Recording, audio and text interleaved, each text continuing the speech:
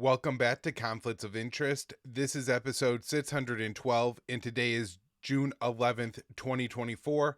I'm the host of the show, Kyle Anzalone. I have a solo show for y'all today. Connor Freeman was planned to be back on the show, but we had a conflict of schedule, not of interest, and he will be hopefully on tomorrow's show. He will be back at some point this week, so for people who have been missing Connor, no worries. He is coming back to the show soon. Make sure you subscribe to the show, follow the show, find some way that you don't miss an episode.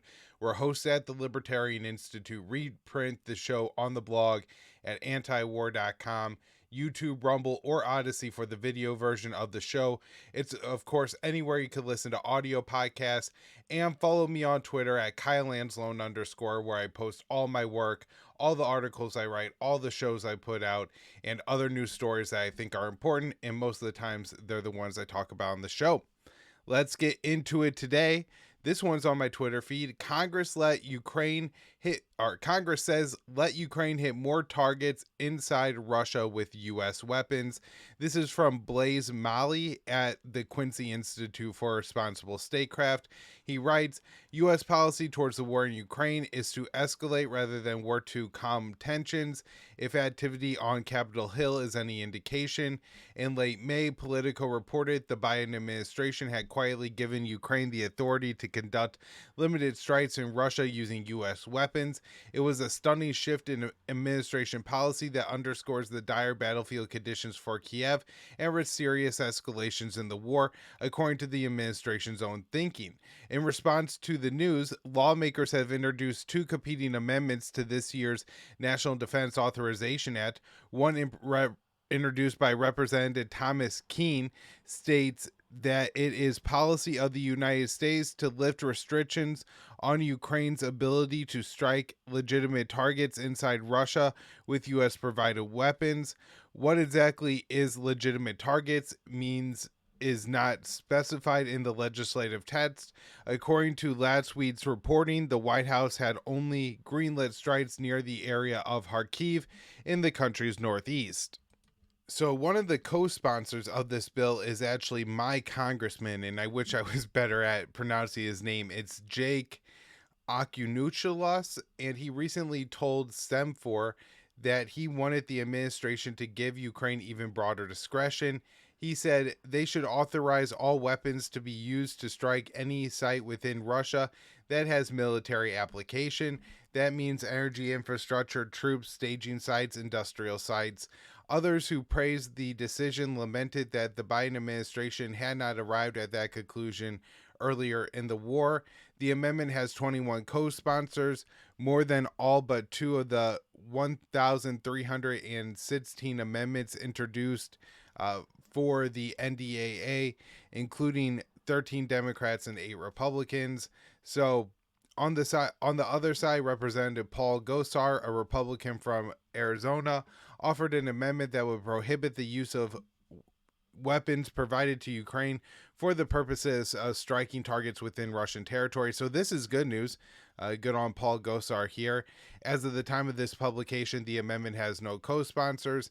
Another Republican members of Congress did criticize the administration's decision, with Representative Matt Gaetz saying that the policy against strikes inside Russia had been one of the more reasonable attempts to limit escalation of hostilities. And so, I do hope that more Republicans sign on, or more congressmen in general sign on to this. Obviously, I'm going to have enough work calling my congressman, asking him not to support strikes inside Ukraine. But for those of you who are in districts, particularly Republican districts, people who claim at least to be American first, you should call up your congressman and tell him to sign on to what Gosar is doing here. That's probably pretty important that at least this worst resolution doesn't get passed. If not, we actually get Gosar's passed. All right, so this is also really important. Ukraine says some of its F-16 fighter jets will be stored abroad. So a senior Ukrainian Air Force official said on Monday that Ukraine plans to keep some of the Western-provided U.S.-made F-16 fighter jets that it will receive at foreign military bases to protect them from Russian strikes, an arrangement that risks provoking Russian attacks on NATO territory.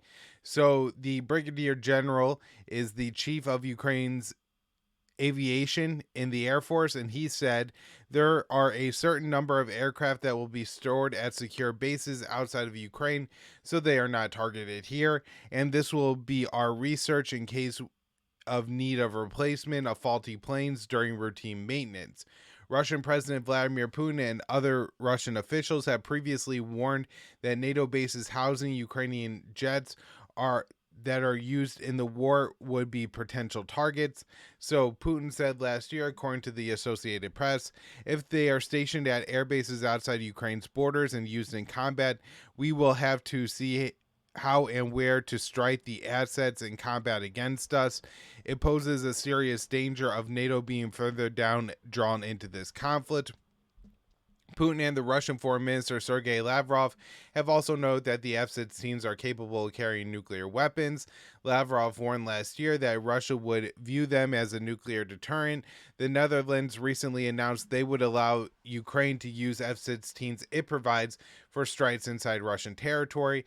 According to the AP, Belgium, Denmark, the Netherlands, and Norway have pledged up to 60 F-16s for Ukraine, but none have been delivered so far. The first planes are expected to arrive this summer, and Ukraine may only receive 6 at first due to delays in training pilots. So I want to talk about this and break this down a little bit more and really fill in what's happening here, because I think this is just so dangerous. And as Dave notes, this could start actually rolling out this summer. So far, I think we've been rather fortunate that at the very least, the progress of training Ukrainian pilots has been so slow that this wasn't implemented a year ago when they initially hoped, and it's still being delayed further. And so again, there may be a small number of jets that arrive in Ukraine sometime this summer. Now, I think the issues that Ukraine is going to have is Russia has shown a pretty widespread ability to hit key infrastructure targets inside of Ukraine.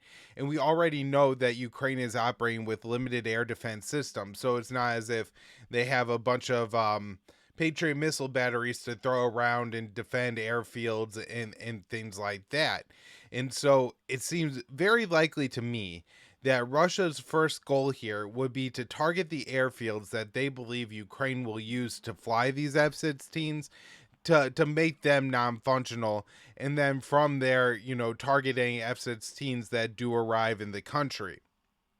So I think that the Western response to this will be, well, we will fly, Ukrainian pilots and Ukrainian soldiers will load American bombs that were given to Ukraine but are in Poland or Germany or Romania or something like that onto these, again, American-made planes that were, formerly of use by the Netherlands or Denmark or something like that, and they will load them onto these planes that were given to Ukraine, and then the Ukrainian pilots will take those bombs, they will fly over Ukrainian territory, and then they will strike Russian targets either inside Ukraine or inside of Russia.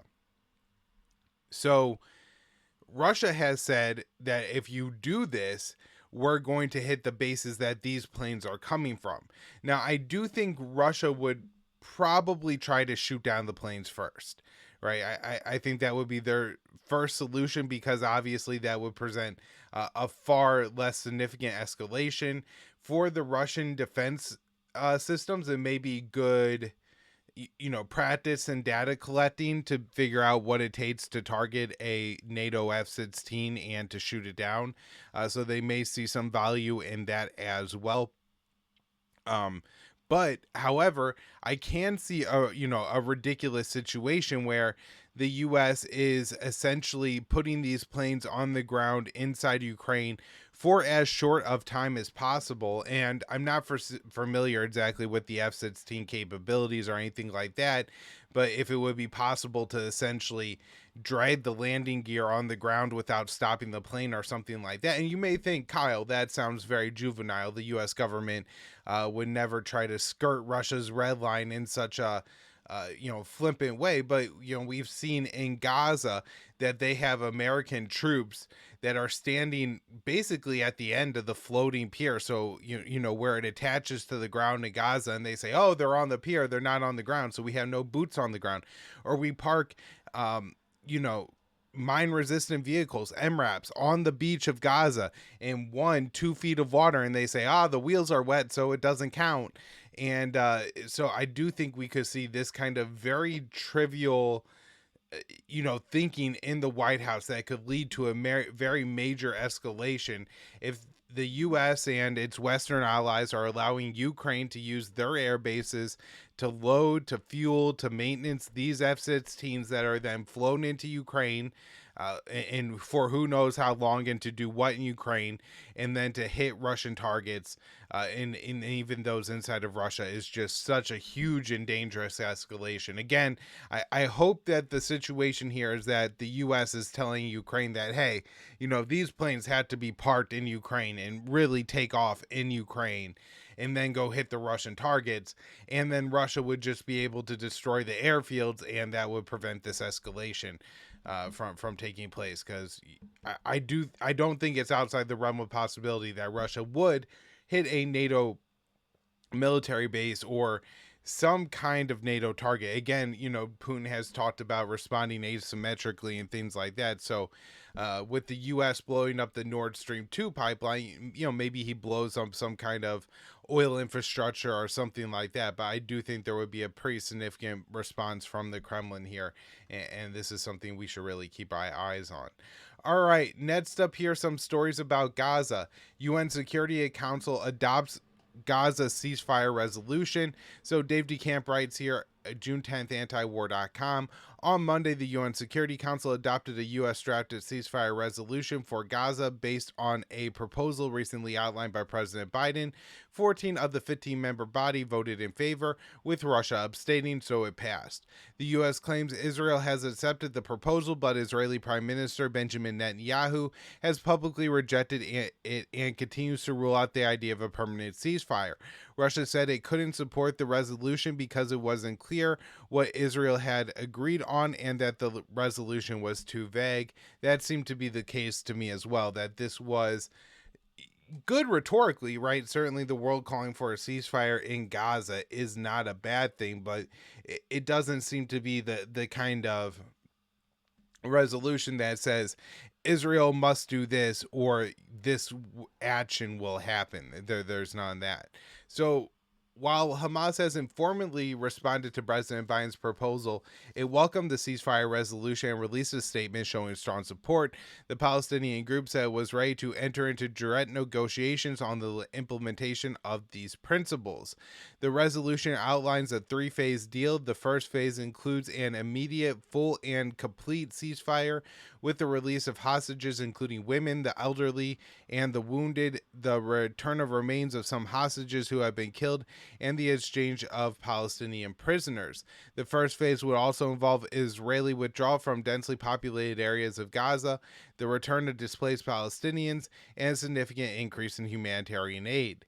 The two sides are supposed to negotiate a permanent ceasefire during the first phase, and the second phase would see a permanent end to hostilities in exchange for the release of all other hostages still in Gaza and a full withdrawal of Israeli forces from Gaza. The third phase would start a major multi-year reconstruction plan for Gaza, and the remains of any Israelis in Gaza would be returned to Israel. The resolution calls for Israel and Hamas to implement the deal without delay and without condition. U.S. officials are claiming that Hamas is the only thing standing in the way of the deal, despite Netanyahu reaffirming his opposition to a permanent ceasefire. So Secretary of State Antony Blinken told reporters during a visit to Cairo that my message to the government throughout the region, to the people throughout the region, is if you want a ceasefire, press Hamas to say yes. U.S. officials told NBC News that the Israeli operations in Nusrat that killed over 200 Palestinians and freed 4 Israeli hostages makes the ceasefire deal less likely since it emboldened Netanyahu. While claiming it has been pushing for a ceasefire, the U.S. has supported the massacre by providing intelligence. So, just awful what the U.S. is doing there. All right, next up here, this one is pretty interesting, I think. Biden admin officials who resigned over U.S. support for Israeli genocide resigned from coalition, or form a coalition, excuse me. So this article here is from CNN. It says a group of U.S. officials who publicly resigned over the Biden administration's Gaza policy are banding together to support ongoing dissent and put pressure on the government to change course. More than half a dozen people from across the U.S. government have left their jobs in protest, saying they can no longer work for the administration, and even more have quietly departed. Many of the officials who resigned publicly said they would instead seek to have an impact outside of government. President Joe Biden has faced pressure from both abroad and at home over his support for the 8-month Israeli-long war in Gaza with Hamas, a conflict that has also cost tens of thousands of civilian lives, displaced millions, and brought extreme hunger throughout the enclave. Although the rhetoric from the administration has become harsher with warnings that Israel must do more to protect civilians and allow in more aid, the policies of the Biden administration have remained largely unchanged. The former officials who resigned publicly are Josh Paul, Harrison Mann, Tariq Hasbash, Anel Shalin, Hala Riert, Lily Greenberg Call, Alit Smith, and Stacey Gilbert said that they felt their perspectives, experience, and concerns were not being heeded, and that the administration was willingly ignoring the humanitarian toll caused by the Israeli military campaign. They spoke of damages they felt the U.S. policy on that war is having on the country's credibility, and a sense that the administration did not fully grasp the impact. All the officials who have resigned publicly and spoke with CNN said they have many colleagues who are still within government but agree with the decision to leave. Providing support and advice to those colleagues, whether they choose to leave or continue to dissent from within, is one of the key reasons that these officials who have resigned have come together collectively. And another key reason, they said, is to increase the pressure on the administration to change course. And look, I think there's a pretty good chance that if we didn't have all these officials resign publicly, that the Biden administration might not have allowed that ceasefire resolution to pass the UN Security Council, which again isn't going to be what ultimately saves the Palestinians or ends the conflict. But at the same time, all of this building pressure on Israel is important to one day bring this thing to an end. All right. Next up here, UN World Food Program pauses aid deliveries in Gaza through U.S.-built pier. So the UN's World Food Program, WFP, has paused aid shipments into Gaza through the U.S.-built pier just days after they resumed, as the project continues to fail to bring any relief to the starving Palestinians. WFP chief, that's Cindy McCain, the widow of John McCain, said the deliveries were paused due to safety concerns. The U.S.-built pier was just reconnected to the Gaza coast on Friday after being repaired from damages due to heavy seas. She told, this is Cindy McCain, CBS News on Monday, "I'm concerned about the safety of our people. We've stepped back for a moment to make sure we're all on safe terms and on safe grounds before we will restart. But the rest of the country is operational. We are doing everything we can in the north and the south." So McCain said that the 2 WFP warehouses in the area were rocketed and that the staffer had been injured. She didn't share the details about the shelling of the warehouse, but it came as Israel has significantly escalated its bombardment of central Gaza. McCain's comments come amid allegations that Israel used the U.S.-built pier in operations in central Gaza's Nusrat camp that killed over 200 Palestinians and freed 4 Israeli hostages. Video of an Israeli helicopter operated near the pier out online, and Palestinians said the Israeli special forces entered Nusrat in an aid truck. So My understanding is that aid truck is reported to have was supposed to be coming from Gaza. So I don't know if that aid truck arrived through the pier. There were some people that were speculating that. I think that one is speculation. I think the one that is now confirmed is that that helicopter did take off after the hostages were rescued from near the U.S. aid pier. I don't know if any Israelis who participated in those operations in any way stepped foot on the U.S. aid pier. Don't want to say that, but it does seem that the surrounding infrastructure that Israel built, I think probably at times using the rubble of homes of the people of Gaza around that aid pier, was involved in assisting Israel in these operations. So Israel has denied some of its forces entered Nusrat in an aid truck, allegations that initially came from eyewitnesses speaking to the media. But on Monday, the Palestinian Red Crescent Society formally accused Israel of using the aid truck.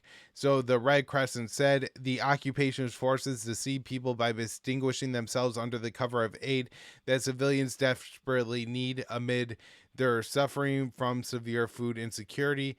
This endangers the lives, the safety of teams. And then you kind of add to this and you think about the 274 people that were killed in this operation. You wonder, you've seen all of these cases of starving people that come up to these aid trucks to try to get some aid off of it. So is it possible that that happened and that's when the Israelis started opening fire? Basically, we had another version of the Flower Massacre here. All right. This net story doesn't make a whole lot of sense to me, but it was reported in NBC News, and Dave did a nice write up on here. So I just wanted to mention it. NBC News reported Monday that the Biden administration is considering holding Qatari mediated talks with Hamas on a potential unilateral deal not involving Israel to secure the release of 5 American citizens who were captured on October 7th attack on southern Israel. Another 3 American citizens are believed to have been killed on October 7th, and their families are seeking their remains. It is unclear what the U.S. could offer Hamas in exchange for the hostages, something U.S. officials acknowledged in comments to NBC. The fact that the U.S. is considering opening negotiations for separate agreements signals that it doesn't expect progress with a potential hostage deal that was recently outlined by President Biden. Secretary of State Annie Blinken is currently in Israel discussing the deal, but Israeli Prime Minister Benjamin Netanyahu continues to insist he won't agree to a permanent ceasefire, which is the key Hamas demand. U.S. officials believe a deal between the U.S. and Hamas could put more pressure on Netanyahu. But again, what could the Palestinians... I don't know. I guess I don't even want to speculate here what the U.S. could offer Hamas just because it doesn't make any sense. Me and Dave talked about this a little bit, and we were like, well, do they really think they have something here? Or is this just the Biden administration, floating this idea to pretend they have some commitment to talks? Or is this even, just because they're all idiots in the White House and they really don't understand that they have nothing to offer Hamas? All right, next up here, Representative James Clyburn to skip Netanyahu's address to Congress. So the Hill reports Representative James Clyburn, Republican from South Carolina, on Sunday said he had not been planning to attend Israeli Prime Minister Benjamin Netanyahu's address to Congress in the wake of Israel's wartime campaign in Gaza and the leader's past tensions with President Obama. When it comes to a joint session, I do not plan to attend, Clyburn said on News Nation's The Hill Sunday, because I'm going to treat him the same way he treated Barack Obama, but I'm going to participate with a group of others in an alternative session to his joint session to see what we can get some attention to what made sense. I have no idea what he meant by that. I'm hoping that means that there's a good chunk of members of Congress who are not planning to attend and are holding some kind of maybe protest session aside from that. So next up here, this is some good news. U.S. begins withdrawal from Niger. We've been talking about this on the show for some time now. The Nigerian government has been asking the U.S. to leave for probably 6 months now, and the U.S. has been agreeing to it but trying to drag it out, and it now seems that the U.S. is starting to move some of its assets out, so this is a good sign. Again, for anybody who's in this Niger coup government, I would not, really take a breath until the last U.S. forces are out of your country. So Dave DeCamp writes here, U.S. Africa Command announced on Saturday that it began the process of withdrawing military assets from Niger as the U.S. has a September 15th deadline to get out of the country. This is AFRICOM's statement. The U.S. Department of Defense and the Nigerian Ministry of National Defense of the Republic of Niger announced the U.S. withdrawal of U.S. military forces and assets from Niger has progressed in the initial preparations to redeployment. This significant transition begins with the departure of a U.S. Air Force C-17 Globemaster III from Air Force Base 101 in Niger on June 7th, 2024. The U.S. has about 1,000 military personnel to remove from 2 bases in the country, so it seems like it could take an afternoon to leave if you consider you only need a few planes to transport them out. But again, the U.S. isn't going to complete this process until September 15th, and they'll probably try to drag it out for after. So hopefully, the U.S. does end up leaving West Africa here, but I'm not particularly hopeful at this point. All right, last story up here today. U.S. and British strikes killed 16 civilians in Yemen on May 30th. This, Dave DeCamp, June 9th, antiwar.com. U.S. and British missile strikes on Yemen that were launched on May 30th killed 16 civilians and wounded 35 more, according to the Yemen Data Project. 14 civilians were killed in strikes on a Coast Guard site at the seaport at a port in the Red Sea province of Hodeidah, and 2 more were killed in a bombing of a radio broadcast building that was also in Hodeidah. At the same time, the US and UK shared little detail about the strikes, only claiming to have hit Houthi targets. The YDP said it was unclear which military was responsible for the strikes that killed the civilians.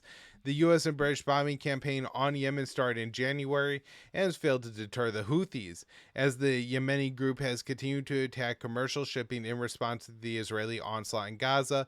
2 ships were reported to have been struck by missiles off the coast of Yemen on Saturday. According to the YDP, the US and UK have launched a total of 171 strikes and dropped 393 munitions on Yemen in the first 141 days of the bombing campaign, and the US and Britain have launched several rounds of airstrikes altogether, but most of the bombing has been unilateral by the US. The heaviest bombing took place in the first few months of the campaign, and the rate of strikes began to decline in March. In the month of May, saw a slightly higher number of total strikes than April. So it's unclear if the U.S. is maybe failing to get much done as far as coming to a ceasefire in Gaza, and has now gone back to the policy of we're going to attack the Houthis to try again to stop what they're doing. All right, everybody, thank you all so much for tuning in. We'll be back with more later in the week. Hopefully, Connor Freeman back on Wednesday's show.